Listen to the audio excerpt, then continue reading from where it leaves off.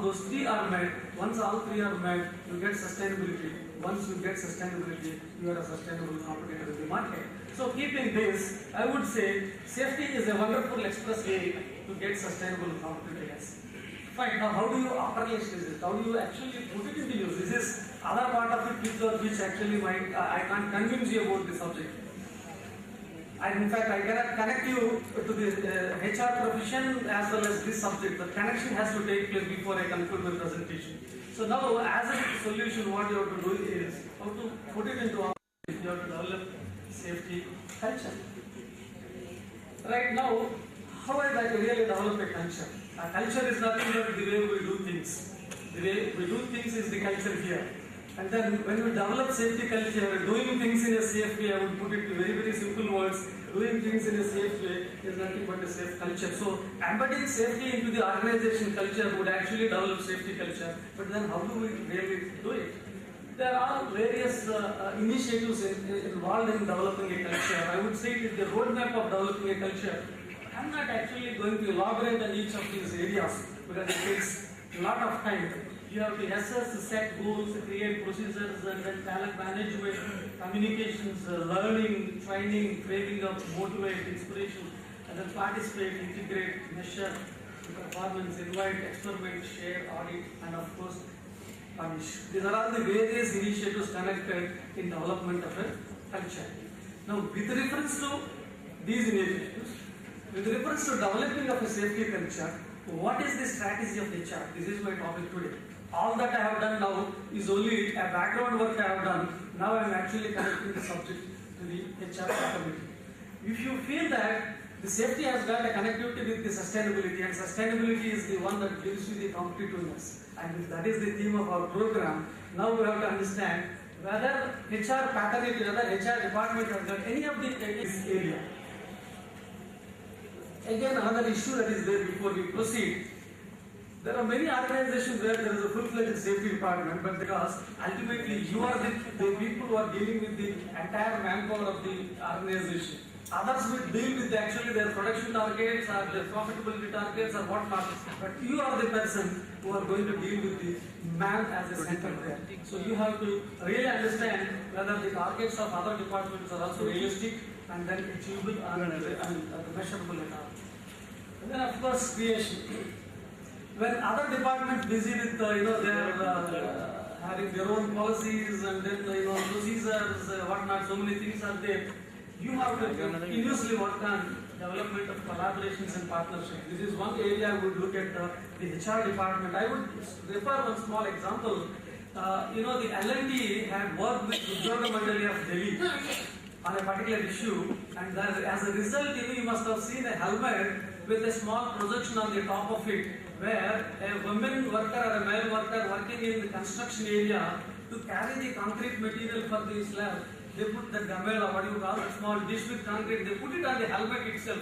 So this has been developed by the joint collaboration with L&T and Udyoga Mandali. So when there is a collaboration and partnership takes place between organizations, such beautiful things can come out and it can help in improving the safety. So HR department being a department with a lot of interactive forums like NIPM, ISTD, whatnot, so many things are there. For safety, we don't have much of forums, and even if there is a forum, not much of importance as it stands today. So you have to work on this. Then of course the contractor control. This is a huge area for a HR department, I would say. And especially those who are representing process industry here, you have a tremendous responsibility in exercising this contractor control.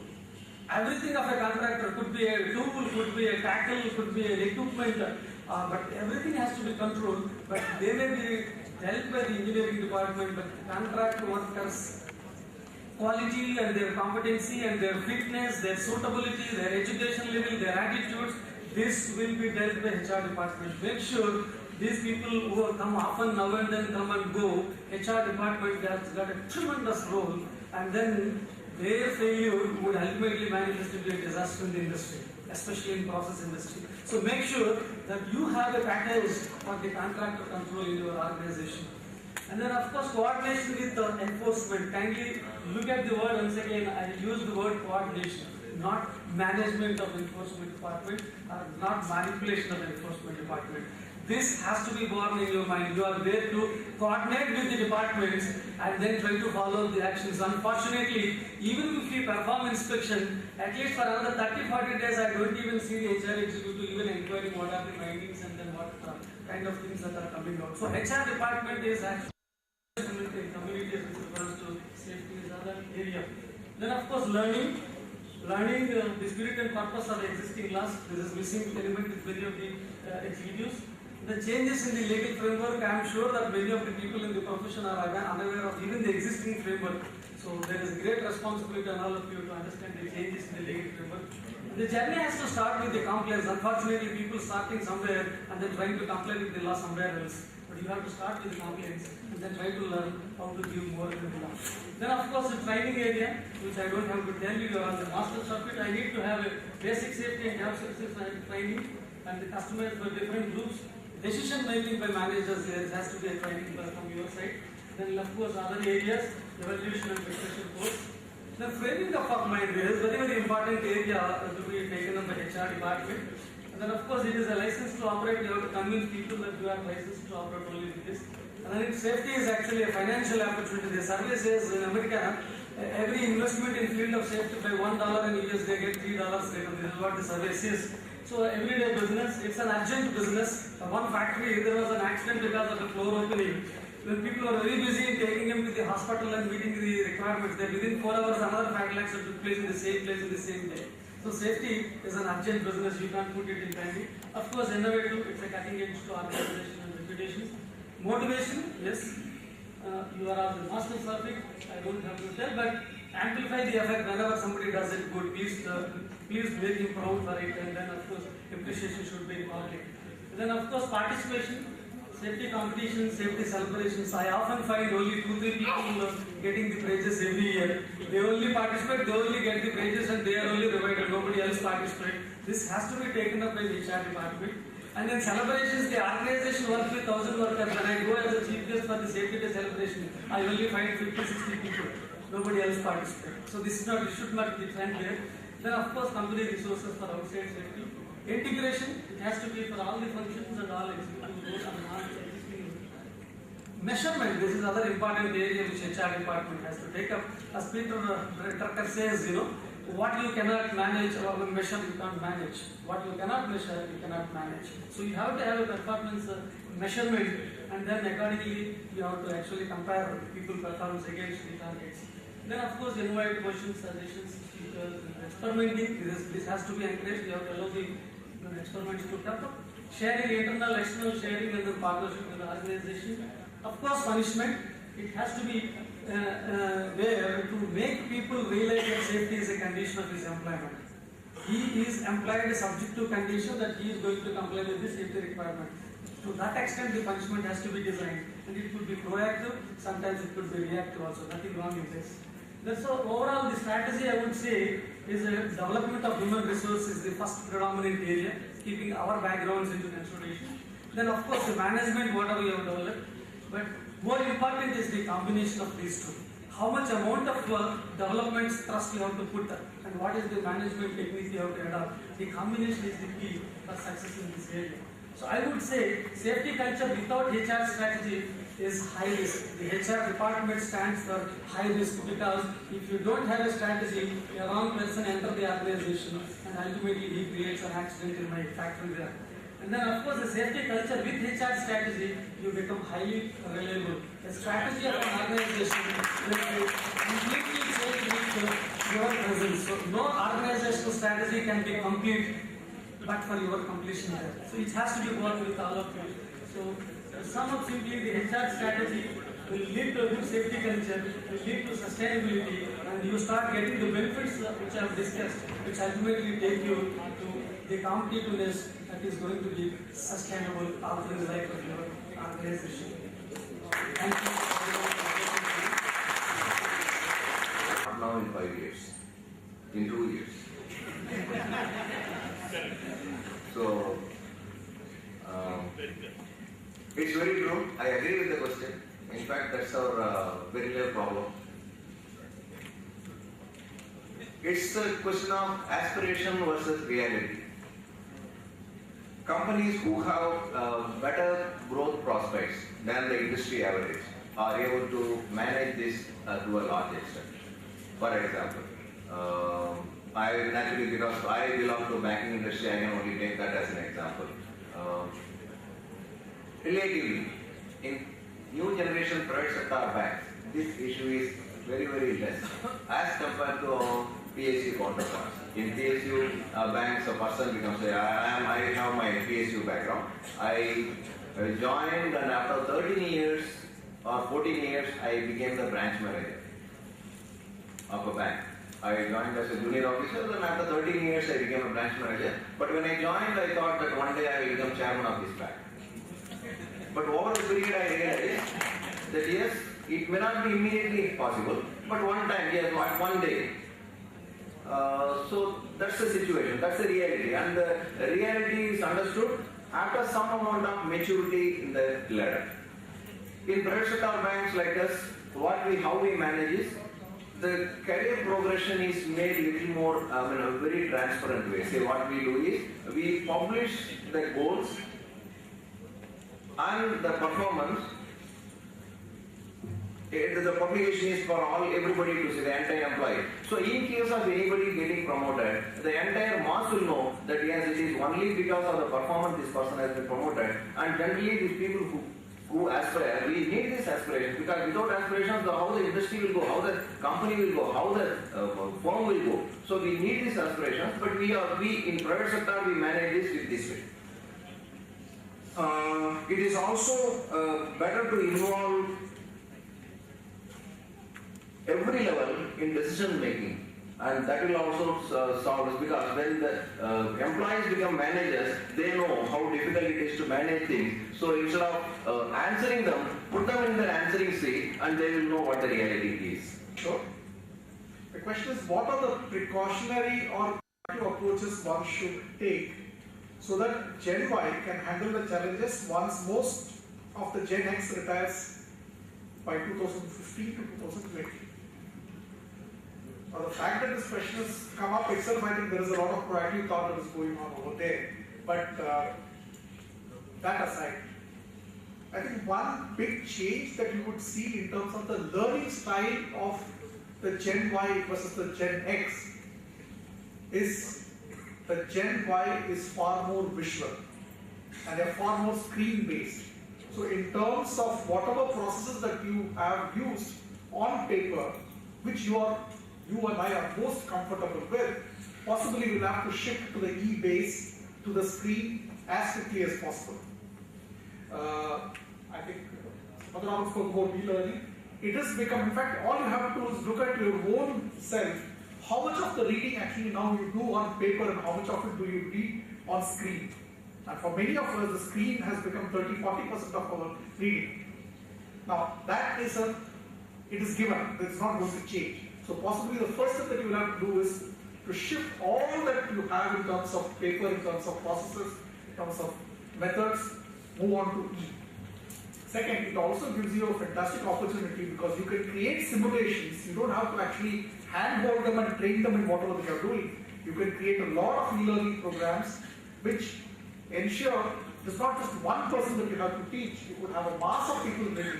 Gen Y could actually give you a lot more opportunity to choose, a larger pool to choose from, because you can actually train them with e-methods much faster.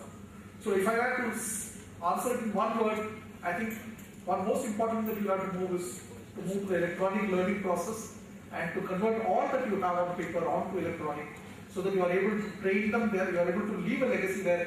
If they want to refer to, they can refer to it immediately. Thank you. Now the second question is a much bigger question, and I possibly do not have the complete answer to it. I'll try to my level best as to what I know. The question is from Renu Chaturvedi of Coal India Limited. Just like the regional imbalances in development, there are regional imbalances in skill levels and employability. What is the responsibility of forum like NIPM as HR professionals in bridging this gap, if it actually exists? I may not be the right person to answer this because I do not know complete activities of NIPM, but I can share with you this is possibly a much larger question than just somebody like NIPM or any other forum can address. And there is a concerted effort from the government of India in terms of skills development across the country.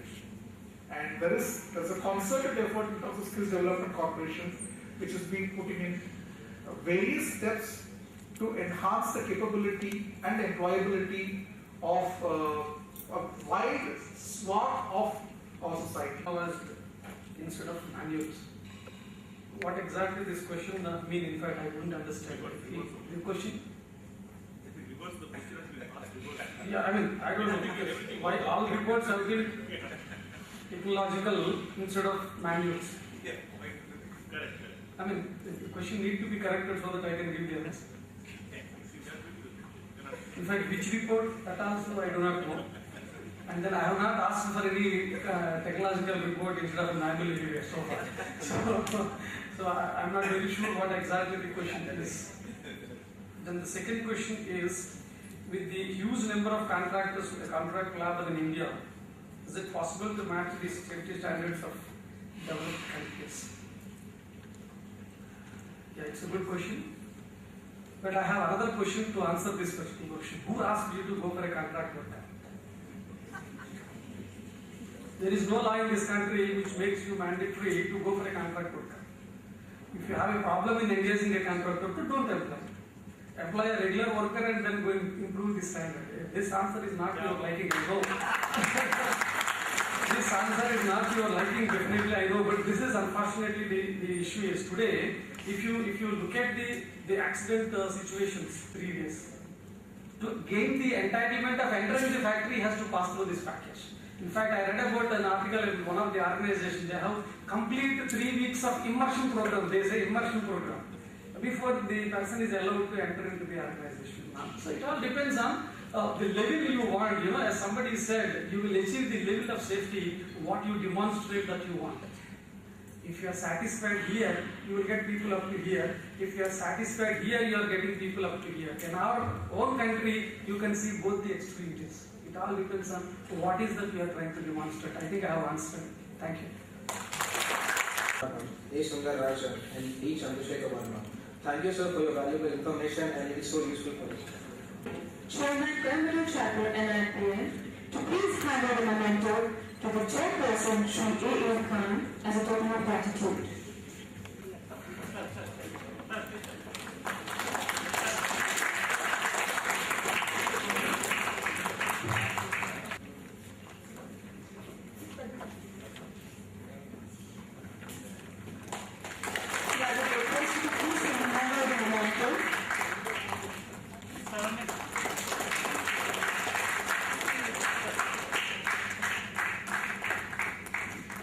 To Shri B. Chandrasekhar Verma.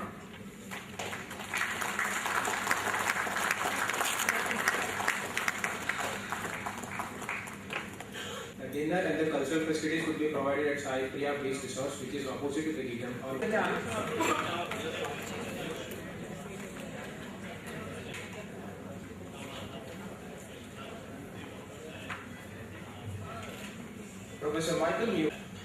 Professor Michael has 18 years experience in building international relationships, and he has served 4 non-profit organizations, Department of Foreign Affairs and International Trade for Chicago. It's my privilege to introduce before you Shri P. Naresh Kumar. Mr. Naresh is the Director, People and Culture, and heads the HR at Vestas India. He was earlier associated with the Bayer Crew, Nagarjuna Fertilizers Limited, Ferroallies Corporation, and the Indian Express Crew. He is trained in HERE Merchant Job Evaluation Methodologies, SAP HR modules, Police Profiling, Leadership Assessment, and is also a certified coach. He has widely traveled across Europe and Asia. He published papers in Labour Law Journal, Indian Factories and Labour Reports, Personnel Today, and Human Capital. Shri Naresh Kumar is a postgraduate in Human Resource from NIPM and acquired BL from Andhra University.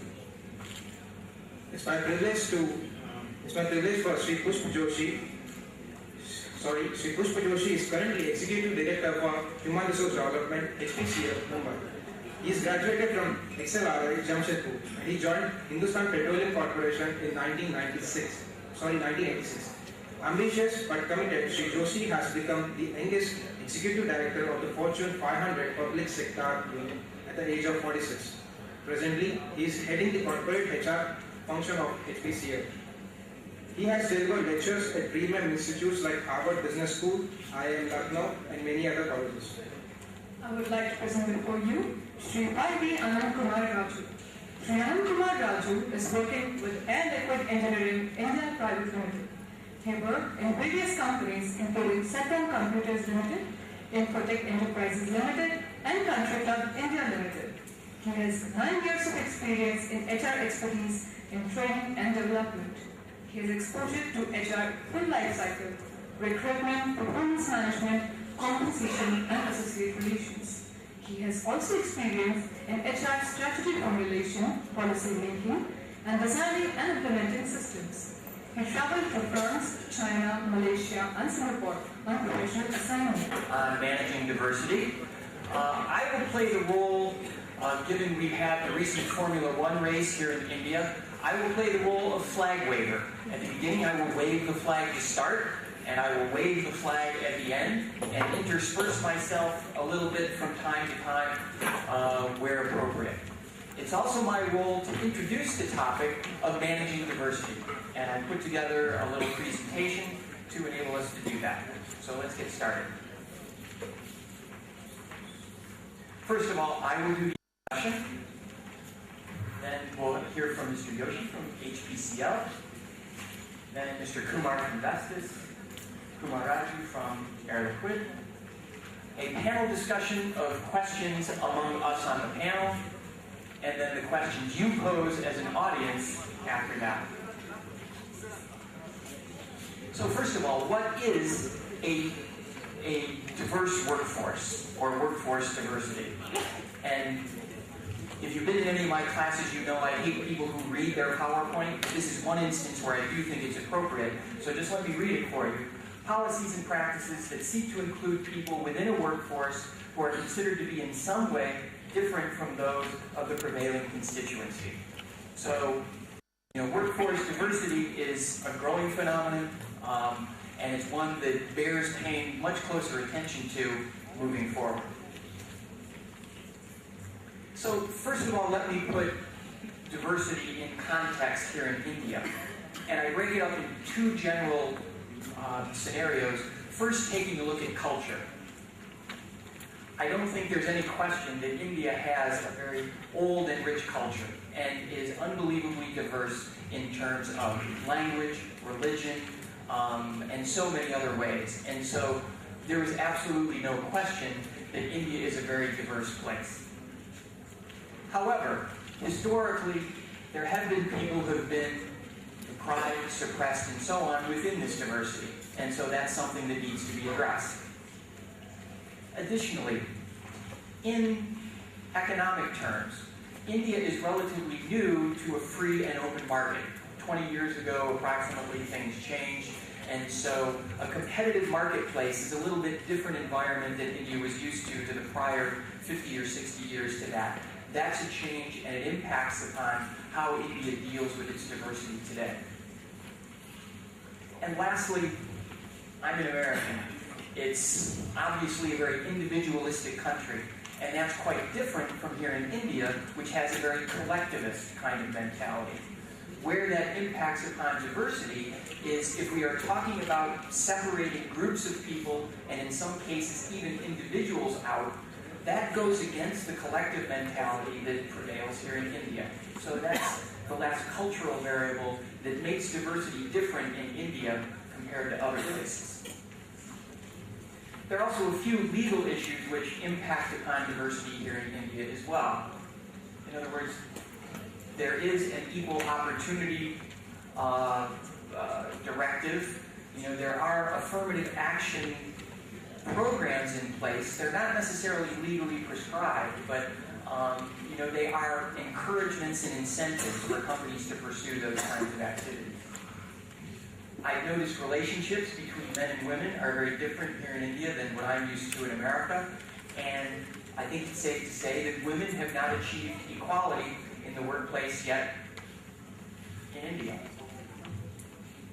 Also, there have been certain advantages and privileges and preferences provided to the socially disadvantaged, again, as part of the legal framework.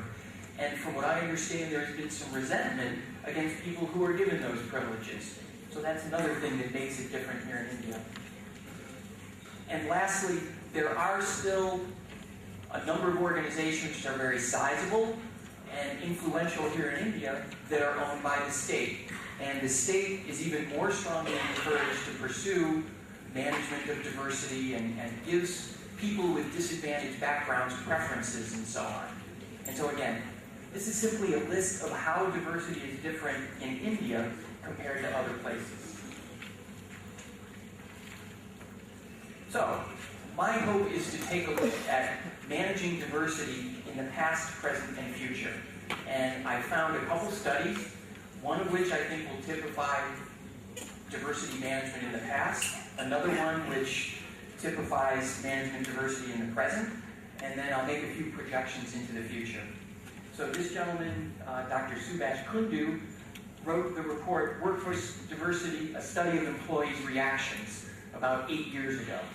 I'm not sure if he's attending the conference, but if you recognize his face, you might pull him aside and say hi, tell him he did good work. Just to briefly go through his study. He took a look at 300 companies, and after evaluating them, finding those who met his criteria, he ended up interviewing or finding respondents from 80 companies. One of the first questions he posed was, how much do you value diversity? And disappointingly, the general populations really did not value diversity. Not surprisingly, those groups that were diverse do value diversity. And again, not surprisingly, the females, the women, value diversity more than the men across every dimension. Another thing that he looked at was how each of these groups rated the other groups in terms of competency and productivity. Not surprisingly, the women rated the women, or the women rated themselves higher in competency and productivity than the men rated the women in competency and productivity. Similarly, the socially disadvantaged rated themselves higher than all the rest of the groups rated the socially disadvantaged in terms of competency and productivity. And lastly, the minority groups rated themselves higher than those other groups rated the minority groups too. So I guess the bottom line is each of these groups rated themselves higher than each of the other groups thought of them. Probably not a great surprise, but good to know. Dr. Kundu also looked at how much organizational support was provided to each of these different groups. It was generally acknowledged that women did not receive as much organizational support as the men across the board. Found that there was discrimination against each of these groups, the women, minorities, and the socially disadvantaged. And it was generally agreed among all the respondents that the disabled were lacking in receiving organizational support, and that the minority